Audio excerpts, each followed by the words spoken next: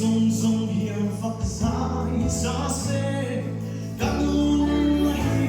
lộ mình nào chua rô xê cả lấy một bên mà ngay là bỏ bê chế là à hình dấu lo nghe đi mà ngay nê bồ các rung rung hiền phật chế ăn hoa các anh kêu hi ta